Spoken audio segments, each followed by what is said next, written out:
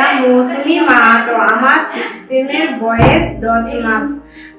আমি health supplement নিয়ে কাজ করছি, যেমন ক্যালসিয়াম, তুলসী, আয়রন, প্রোটিন পাউডার, ননি কুকাম এইসব নিয়ে করছি। একটা ক্যাম্পে 15 জনাকে গাইড করেছি। 15 জনার মধ্যে প্রায় 12 জনা ঠিক হয়ে গেছে, 3 জনা হয় না। একজনার থাইরয়েড ছিল, থাইরয়েডটা অনেক জায়গায় দেখার পরে ঠিক হয়নি।